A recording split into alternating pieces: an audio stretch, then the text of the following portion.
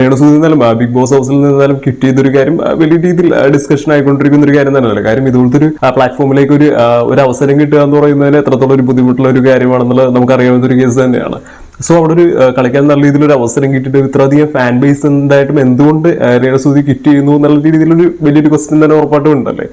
രേണുസുതി പറയുന്ന ഒരു കാര്യം വെച്ചാണെങ്കിൽ മക്കളെ കുറിച്ചുള്ള ചിന്തകളും കാര്യങ്ങളും ഒക്കെയാണ് തന്നിങ്ങനെ അലട്ടിക്കൊണ്ടിരിക്കുന്നത്. അപ്പൊ അതുകൊണ്ട് തന്നെ ഇവിടെ അധികം നാൾ അങ്ങനെ നിൽക്കാൻ പറ്റുമെന്ന് തോന്നുന്നില്ല. തുടക്കം മുതലേ പറഞ്ഞുകൊണ്ടിരിക്കുന്ന ഒരു കാര്യം തന്നെയാണ്. പക്ഷെ നിങ്ങൾക്ക് തോന്നുന്നു ഈ പറയുന്ന മക്കളെ കുറിച്ചുള്ള ഓർമ്മകളാണ് ബിഗ് ബോസ് ഹൗസിൽ കണ്ടിന്യൂ ചെയ്യാതിരിക്കാൻ രേണുസുദിനെ കാരണമാക്കിയ ഒരു ഘടകം നിങ്ങൾക്ക് തോന്നുന്നുണ്ടോ?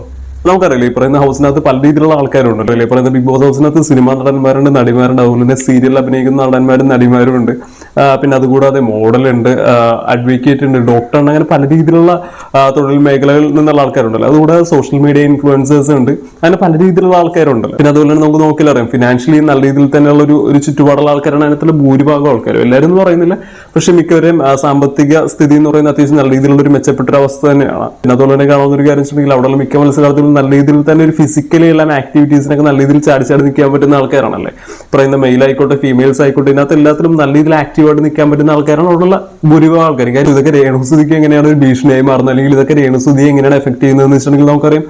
രേണുസുതിയുടെ ഒരു മെയിൻ ഹൈലൈറ്റ് എന്ന് പറഞ്ഞാൽ രേണുസുതി എന്തുകൊണ്ടാണ് ഇത്രയധികം ഫാൻ ബേസ് ഉള്ളത്, അല്ലെങ്കിൽ എന്തുകൊണ്ടാണ് രേണുസുതി ഈ ഒരു പ്ലാറ്റ്ഫോമിൽ എത്താൻ പ്രധാനമായിട്ടും ഘടകമായതെന്ന് പറഞ്ഞാൽ ഉറപ്പായിട്ടും ഈ പറയുന്ന അവരുടെ ഹസ്ബൻഡായിട്ടുള്ള സുധി എന്ന് പറയുന്ന ഒരു ഫാക്ടർ നമുക്ക് ഒഴിച്ചു നിർത്താനാവില്ല അല്ലേ. കാര്യം നമുക്കറിയാം രേണുസുതി പറയുന്ന ഷോർട്ട് ഫിലിംസിലൊക്കെ അഭിനയിക്കുന്നുണ്ട്, കുറച്ച് റീൽസും കാര്യങ്ങളൊക്കെ ചെയ്യുന്നുണ്ടെങ്കിൽ പോലും അവർക്ക് ഇത്രയും ഒരു ഷോർട്ട് പീരീഡിൽ ഒരു നല്ല രീതിയിലുള്ള ഒരു പ്രശസ്തി അല്ലെങ്കിൽ കൂടുതൽ ഫാൻ ബേസും കാര്യങ്ങളും എല്ലാം കിട്ടാനുള്ള ഒരു പ്രധാന ഘടകം എന്ന് പറയുന്നത് ഈ പറയുന്ന ഒരു സുധിയുടെ ഭാര്യ എന്ന് പറയുന്ന ഒരു ഘടകം ഉറപ്പായിട്ടും ഉണ്ടല്ലേ. കാര്യം ഇതിനുശേഷം ഇവർ ഈ പറയുന്ന ഷോർട്ട് ഫിലിംസ് ആയിക്കോട്ടെ, റീൽസ് ആയിക്കോട്ടെ, അല്ലെങ്കിൽ മറ്റ് പല രീതിയിലുള്ള ഇവരുടെ ഈ ആക്ടിവിറ്റീസിലും കാര്യങ്ങളും എല്ലാം ഈ പറയുന്ന ഇവർക്കൊരു ഹേറ്റേഴ്സും ഫാൻ ബേസും എല്ലാം ഉണ്ടായിട്ടുള്ള ഈ ഒരു പറയുന്ന ഒരു പേര് കൊണ്ട് തന്നെയാണ്. കാര്യം ഇതിനുശേഷം ഇവർ ഈ പറയുന്ന ഒരു ഇൻകം ഉണ്ടാക്കാൻ വേണ്ടിയും കാര്യങ്ങളും എല്ലാം ഇവരെ കൊണ്ടാവുന്ന രീതിയിലുള്ള എല്ലാ ശ്രമങ്ങളും ഇവർ നടത്തുന്നുണ്ടല്ലോ. അപ്പൊ ഇതിനോട് ഒരു താല്പര്യം തോന്നിയവർ അല്ലെങ്കിൽ ഇഷ്ടം തോന്നിയവരാണ് നല്ല രീതിയിലുള്ള ഒരു ഫാൻ ബേസ് ആയി മാറിയിട്ടുള്ളത്. കാര്യം അത് തന്നെ നമുക്ക് വളരെ എവിഡന്റ് ആയിട്ട് ഈ പറയുന്ന ബിഗ് ബോസ് ഹൗസിലും കാണാവുന്നതാണ്. ഒരു എക്സ്റ്റേണൽ ഈ പറയുന്ന ബിഗ് ബോസ് ഹൗസിന് പുറത്തുനിന്നുള്ള ഒരു ഫാൻ ബേസിന്റെ ഒരു എണ്ണം നോക്കിയാണെന്നുണ്ടെങ്കിൽ കൂടുതലും നമുക്ക് ഈ പറയുന്ന പോളിംഗ്സിലായാലും എല്ലാത്തിനകത്തും ഈ പറയുന്ന ലാലേട്ടൻ പോലും എടുത്തു പറഞ്ഞൊരു കാര്യം തന്നെ, പുറത്തുനിന്ന് നല്ല രീതിയിൽ ഒരു സപ്പോർട്ടും വോട്ടിങ്ങും കാര്യങ്ങളും ഉണ്ടായിട്ട് പോലുമാണ് നിങ്ങൾ ബിഗ് ബോസ് ഹൗസിൽ നിന്ന് പുറത്തേക്ക് ഇറങ്ങുന്നത് ലാലേട്ടൻ വരെ പറയുന്നുണ്ടല്ലോ. ഉറപ്പായിട്ട് നമുക്കറിയുന്നതാണ് ഇവരുടെ ഒരു ഫാൻ ബേസ് എന്ന് പറയുന്നത് ഈ പറയുന്ന PR വഴി കിട്ടുന്ന ഒരു വോട്ടിങ്ങോ കാര്യങ്ങളോ ഒന്നുമില്ല. ഇവരെ ഇഷ്ടപ്പെടുന്നവർ തന്നെയാണ് ഇവർക്ക് വോട്ട് ചെയ്യുന്നത്, അവരുടെ എണ്ണം വളരെ കൂടുതൽ തന്നെയാണ്. പിന്നെ അതുപോലെ തന്നെ ഇവരോട് ഉള്ള ഹെയ്റ്റും ഉറപ്പായിട്ട് ഒരു സൈഡിൽ ഉണ്ടെങ്കിൽ പോലും, അതായത് ഇവർ എന്ത് ചെയ്താലും ഒരു രണ്ടു വശമുണ്ടല്ലോ.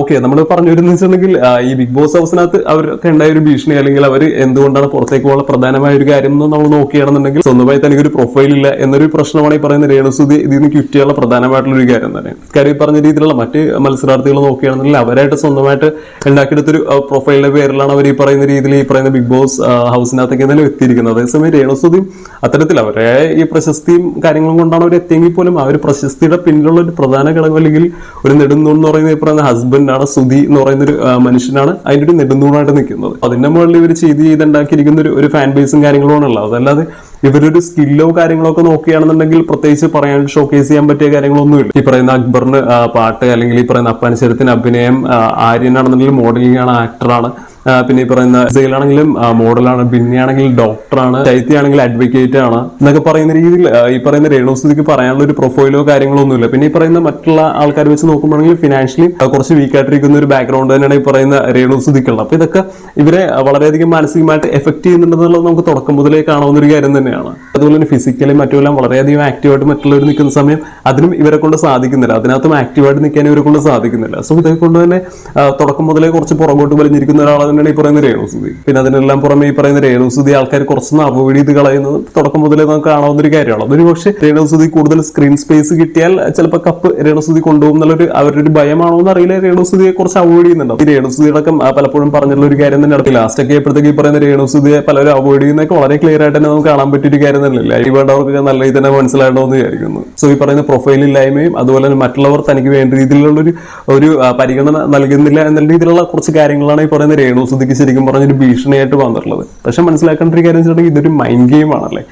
ലാലേട്ടനടക്കം പറയുന്ന ഒരു കാര്യം തന്നെ, ഇതൊരു മൈൻഡ് ഗെയിമാണ്. ഈ പറയുന്ന അനീഷ്ടൊക്കെ അതിനുള്ള ഏറ്റവും വലിയൊരു ഉദാഹരണം തന്നെയാണല്ലോ. ഇപ്പൊ ആരെ അവോയ്ഡ് ചെയ്താലും അല്ലെങ്കിൽ ആര് ശ്രദ്ധിച്ചില്ലെങ്കിൽ പോലും സ്വന്തമായിട്ട് നിന്ന് കളിക്കാനും കണ്ടന്റ് ഉണ്ടാക്കാനും സ്കില്ലുള്ള ഒരാൾ തന്നെയാണ് ഈ പറയുന്ന അനീഷല്ലേ. അപ്പൊ അതുപോലത്തെ രീതിയിലുള്ള ഒരു മൈൻഡ് സെറ്റ് ഉള്ളവരാണ് ശരിക്കും പറഞ്ഞാൽ ബിഗ് ബോസ് ഹൗസിനകത്തേക്ക് പോകണ്ടല്ലോ. അല്ലാതെ എപ്പോഴും തനിക്ക് പരിഗണന ലഭിക്കണം അല്ലെങ്കിൽ എല്ലാവരും തന്നോട് സംസാരിച്ചുകൊണ്ടിരിക്കണം അങ്ങനെയൊക്കെ നമ്മൾ ചിന്തിക്കുന്നതുകൊണ്ടും കാര്യമില്ല. നമ്മളോട് പോയിട്ട് നമ്മളെ കണ്ടന്റ് ഉണ്ടാക്കണം അല്ലെങ്കിൽ അവിടെ നിലനിൽക്കാനുള്ള അവസരങ്ങൾ എന്തായാലും നമ്മൾ തന്നെ സ്വയം കണ്ടുപിടിക്കുക എന്ന് പറയുന്ന രീതിയിലാണ് ബിഗ് ബോസ് ഹൗസിൽ എന്തായാലും കളിക്കേണ്ടത്. അപ്പൊ അതിനെന്തായാലും രേണുസുതി കളിക്കാൻ പറ്റില്ല. പക്ഷേ ഇനിയോടെ കൂടുതൽ നിന്ന് കഴിഞ്ഞാൽ കൂടുതൽ ഒരു വീക്ക് ആയേക്കാം അല്ലെങ്കിൽ മോശമായിട്ടുള്ള ഒരു ഫേസ് ഒക്കെ ചിലപ്പോൾ ഒരുപക്ഷെ ഓഡിയൻസ് കണ്ടേക്കാം എന്നുള്ളൊരു പേടി കൊണ്ടൊക്കെ ആയിരിക്കാം എന്തായാലും ഈ മക്കളുടെ ഒരു കാര്യമൊക്കെ പറഞ്ഞിട്ട് എന്തായാലും പുറത്തേക്ക് പോയിട്ടുള്ളത് എന്നാണ് പേഴ്സണലി എനിക്ക് തോന്നിയിട്ടുള്ളത്. എനിക്ക് എന്താണ് തോന്നുന്നത്, രേണുസുതിനെയും തുടർന്നിരുന്നെങ്കിൽ കൂടുതൽ നല്ല രീതിയിൽ കളിക്കുമായിരുന്നു എന്ന് എനിക്ക് തോന്നുന്നുണ്ടോ?